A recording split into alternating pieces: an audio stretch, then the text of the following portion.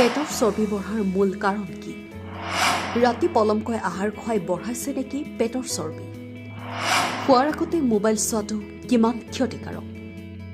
পেটৰ চৰ্বি কমাবলৈ আপুনি কিমান যে কষ্ট কৰে, খাদ্য কমাইছে, ব্যায়ামো কৰিছে, কিন্তু তাৰ পাছতো যদি কঁকালৰ মেদ কমা নাই, তেন্তে ইয়াৰ আঁৰত থাকিব পাৰে আপোনাৰ কিছুমান দৈনন্দিন অভ্যাস। আচৰিত কথাটো হ'ল, এই অভ্যাসবোৰৰ মাজতে আছে এনে এটা অভ্যাস যিটো হয়তো আপুনি প্ৰতিদিনে কৰি আহিছে। নিশাৰ আহাৰৰ সময়ৰ পৰা আৰম্ভ কৰি খোৱাৰ আগৰ সময়লৈকে, আনকি খাদ্য খোৱা প্লেটখনো ইয়াৰ সৈতে জড়িত। কিন্তু কোনবোৰ অভ্যাসে নীৰৱে বঢ়াই গৈছে আপোনাৰ পেটৰ চৰ্বি?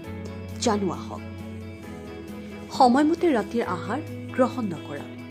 আমি বহুতে ৰাতিৰ খাদ্য বেছিকৈ আৰু বহু পলমকৈ গ্ৰহণ কৰোঁ। আমাৰ এই অভ্যাসেই মেদবহুলতাৰ এক অন্যতম মূল কাৰণ। ৰাতি সদায় সোনকালে খাদ্য গ্ৰহণ কৰিব লাগে। বিশেষজ্ঞৰ মতে ৰাতি খাদ্য খোৱা আৰু খোৱাৰ পাছত কমেও 3 ঘণ্টাৰ ব্যৱধান থাকিব লাগে। অত্যাধিক ফোনৰ ব্যৱহাৰ। বহুতো অধ্যয়নে প্ৰমাণ কৰিছে যে যদি আপুনি নিশা বিচনালৈ যাওঁতে ফোনটো ব্যৱহাৰ কৰে, তেন্তে ফোনৰ পোহৰে টোপনিত বাধা দিয়ে, নিশা টোপনিৰ অভাৱৰ বাবে বিপাকক্ৰিয়া হ্ৰাস হয় আৰু স্বাস্থ্যৰ বাবে ক্ষতিকাৰক খাদ্য খোৱাৰ আকাংক্ষা জন্মে। ই ভৱিষ্যতে মেদবহুলতা আৰু পেটৰ চৰ্বি বৃদ্ধি কৰে। টিভি বা মোবাইল চোৱাৰ সময়ত খাদ্য গ্ৰহণ। আজিকালি বহু লোকে টিভি, লেপটপ বা ফোন চাই খাদ্য খায়।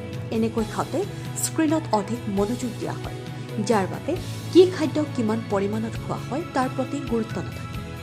বহু সময়ত এইদৰে জোখতকৈ বহু বেছি খাদ্য খাই দিয়া হয়, যি মেদবহুলতাৰ অন্যতম কাৰণ হ'ব পাৰে।